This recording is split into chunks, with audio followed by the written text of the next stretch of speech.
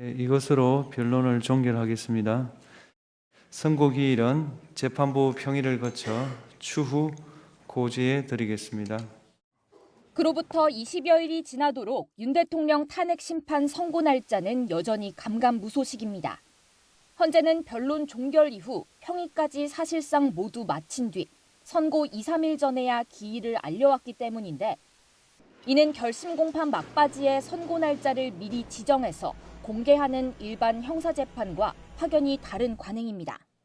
이 같은 배경으로는 먼저 두 기관의 사건 심리 방식 차이가 꼽힙니다. 형사사건의 경우 앞선 공판들에서 공개된 명시적인 증거를 위주로 유무죄를 판단하고 합의 재판부라에도 참여하는 판사 수가 3명이지만 헌재는 원칙적으로 재판관 9명이 중지를 모아야 하는 데다 다른 사건들과의 관계 등도 종합적으로 따져봐야 하는 만큼 선고가 가능한 시점을 일찍이 내다보기 상대적으로 쉽지 않다는 겁니다. 여기에 형사재판은 피고인 신병 구속 문제도 맞물려 있어 비교적 신속성이 요구되고 이에 따라 법에도 선고기일 지정시한이 규정돼 있지만 헌재 사건은 그렇지 않은 데다 주문과 동시에 결정이 즉시 효력을 가져 파장이 큰 만큼 신속성을 최우선 가치로 두긴 어렵다는 해석도 있습니다. 물론 헌재도 형사재판 1심과 2심처럼 변론 종결날, 법정에서 선고기일을 정하는 게 가능하다는 의견도 존재합니다. 지금의 관행은 헌재 설립 초기부터 내부적으로 굳어진 관례일 뿐이라는 건데 지난 1988년 초대 헌법재판관들이 대법원이 다루던 헌법재판 사건들을 가져오면서 법정에서 공개재판을 열지 않고 내부 논의를 이어오다가 당사자에게 선고 날짜를 따로 알리는 대법관들의 방식까지 그대로 가져왔다는 분석입니다. 이처럼 이유가 있는 관행이라 해도 선고기일 지정이 늦어질수록 불확실성으로 인한 사회적 혼란이 커지는 건 헌재로서도 부담일 것으로 보입니다. YTN 송재인입니다. 구속 취소 청구 카드가 먹히면서 체포 이후 구속 기소됐던 윤석열 대통령은 52일 만에 풀려났습니다. 그동안 특별한 메시지 없이 관저에 머문 가운데 내란 혐의 형사재판의 2차 준비기일이 열립니다. 첫 번째 준비기일에서 기록 검토를 마치지 못했다며 입장을 밝히지 않았던 윤 대통령 측은 조금 더 공세로 전환할 것으로 보입니다. 구속 취소 인용 사유 가운데 하나였던 공수처의 수사권 논란을 고리로 공소 기각을 주장할 가능성이 거론됩니다. 재판부가 직접 수사 과정에 대한 의문이 없어야 한다고 밝혔기 때문입니다. 하지만 검찰은 내란죄 수사권이 있는 경찰에서 윤 대통령 사건을 넘겨받아 함께 기소한 만큼 문제될 게 없다고 반박합니다. 군과 경찰 사건을 각각 합친 재판부가 윤 대통령 사건까지 병합할지도 주목됩니다. 대부분 피고인이 구속 상태라 1심 최대 구속 기간인 6개월 내 선고를 위해 재판에 속도가 붙을 가능성이 큰데 핵심 인물 가운데 유일하게 불구속 상태인 윤 대통령이 어떤 입장일지 관심입니다.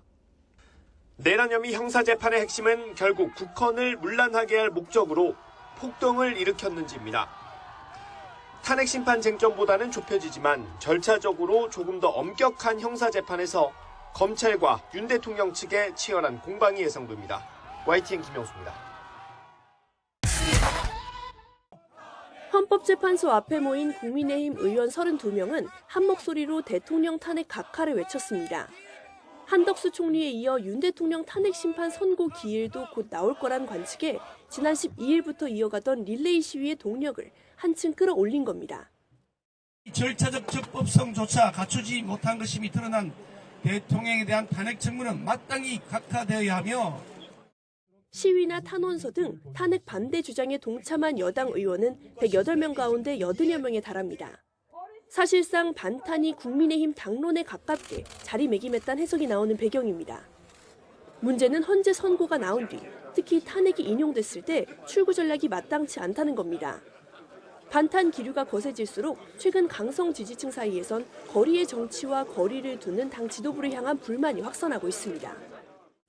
지도부와 생각을 달리하는 의원님들께서는 또 지금 장외에서 또 열심히 투쟁하고 있으니까 이 때문에 대통령이 파면될 경우 강성 지지층의 반발을 수습하지 못하고 불가피 조기 대선 준비에도 차질이 생길 수밖에 없다는 우려가 나옵니다. 최근 일부 의원들 사이에서 장외투쟁에 앞서 내부 단합부터 했어야 한다는 후회가 나오는 것도 같은 맥락입니다. 헌재 결정이 국민들이 전혀 만족하지 못하는데 그리고 불만스럽고 아니라고 외치는데 자제하라고 한다고 그게 되겠습니까? 예. 탄핵안이 기각 또는 각하되더라도 일단 대통령 파면이란 최악의 경우를 피할 수 있게 되지만 전국을 수습할 묘안이 없기는 마찬가지로 보입니다. 여당은 윤 대통령 직무 복귀와 동시에 정치개혁에 시동을 걸겠다는 입장이지만 야권의 거센 저항에 부딪힐 게 불보듯 뻔한 상황에서 국정 운영 동력을 되찾거나 협치를 이루기가 사실상 불가능하다는 분석도 나옵니다. 여권 내에서는 대통령이 직무에 복귀해도 탄핵 찬성 여론이 꾸준히 과반을 유지해온 만큼 국민 반발을 극복해 나가기가 쉽지 않을 거란 관측이 더 많습니다. 당장 내년도 지방선거도 다가오는 만큼 당 지도부는 전국 돌파구 마련에 고심에 고심을 거듭하는 분위기입니다. YTN 강민경입니다.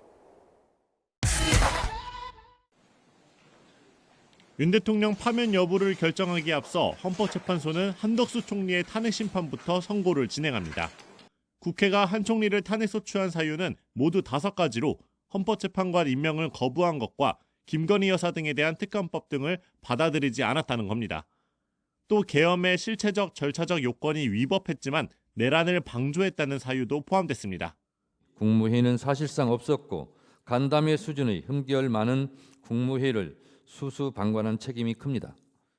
이처럼 계엄 전 국무회의와 관련해선 윤 대통령 사건과 연결고리가 있다 보니 한 총리 사건 결정문을 통해 헌법재판관들의 판단을 미리 들여다볼 수 있을 거란 예상이 나옵니다. 만약 헌재가 국무회의 절차가 헌법에 어긋났다고 볼 경우 윤 대통령 탄핵 심판 선고에서도 같은 해석을 내릴 가능성이 큽니다. 다만 한 총리는 윤 대통령보다 계엄 관여도가 낮아서 본질적으로는 차이가 있다는 분석도 있습니다. 저는 대통령님이 어떤 계획을 갖고 계신지 사전에 알지 못하였고 대통령이 다시 생각하시도록 최선을 다해 설득하였으며 군 동원에도 일체 관여한 사실이 없음을 다시 한번 분명히. 이번 선고에서 헌재가 비상계엄 관련 소추 사유를 기각하면 위헌성 판단은 별도로 나오지 않을 가능성도 있지만 국무회의 의결 정족수와 진행 시간 그리고 회의록의 존재 여부 등에 대한 헌재의 판단이 있을지 주목됩니다. YTN 권준수입니다. 강원도에서 열린 탄핵 반대 집회를 찾은 국민의힘 의원들은 연단에 올라 거듭 윤 대통령 직무 복귀를 촉구했습니다. 최상목 대행의 몸조심하라는 민주당 이재명 대표 발언을 겨냥해 거칠어진 이 대표 말과 행동만 봐도 탄핵은 물 건너간 게 확실하다고 목소리를 높였습니다. 이재명에 대한 정치적 사망 선고인 당선 무효용 그리고 대통령에 대한 탄핵 각하 기각 소식을 차례로 듣게 될 것입니다. 헌법재판소와 밀레이 시위도 이어졌습니다. 여당 의원 60여 명이 돌아가며 24시간 탄핵 반대 집회를 열고 있는 건데 벌써 12일째입니다. 많은 국민들과 마찬가지로 이 탄핵 소추가 매우 불공정하고 당연히 기각 내지 각하되어야 한다라고 하는 목소리를 알리기 위함이다. 장외투쟁을 개별 의원에 맡긴 여당 지도부는 대신 오는 26일 이재명 대표 선거법 2심 선고를 앞두고 이재명 대표 망언집을 발간하는 등 대야 공세에 집중하는 모습입니다. 민주당은 국회부터 광화문 청망동성장까지 다시 한번 도보 행진에 나섰습니다. 오후엔 당 지도부가 총출동한 가운데 다른 야사당과 함께 윤 대통령의 신속 파면을 촉구하는 도심 장애 집회를 열었습니다. 헌정질서와 민주주의를 지킨 헌법재판관으로 기록될지 대한민국을 파멸로 이끌 재판관으로 기록될지 결단해야 되지 않겠습니까? 윤 대통령 탄핵 선고 일정이 쉽사리 잡히지 않으면서 야당도 연일 장외투쟁의 화력을 높이고 있는데 이 대표는 직접 집회 단상에 오르진 않았습니다. 다만 오전 전남 담양군수 재선거 지원 유세에서 윤 대통령이 돌아오면 나라가 망하는 거라며 공세 수위를 더욱 끌어올렸습니다. 탄핵 의결이 기각돼서 되돌아온다고 생각해 보십시오. 국회를 함부로 침탈을 해서라도 아무 때나 정말 시도 때도 없이 계엄 막 해도 된다라는 얘기가 됩니다. 여야 모두 윤 대통령 탄핵 심판 결과가 나올 때까진 장외투쟁을 이어간다는 방침인데 다만 예상보다 장기화하는 탄핵 정국으로 정치권은 물론 곳곳에 피로감이 커지는 점은 또 다른 고민거리입니다. YTN 박정현입니다. 지난달 20일 윤석열 대통령은 서울중앙지방법원에서 열린 형사재판 1차 공판준비기일에 출석했습니다. 구속 취소 신문까지 잡혀 있었기 때문에 직접 목소리를 낼 거란 관측이 많았습니다. 그러나 재판에선 변호인들이 나서 입장을 냈고 윤 대통령은 말을 아꼈습니다. 오는 24일엔 한 달여 만에 2차 공판준비기일이 열리는데 윤 대통령은 지난 1차 준비기일과 달리 불출석할 예정입니다.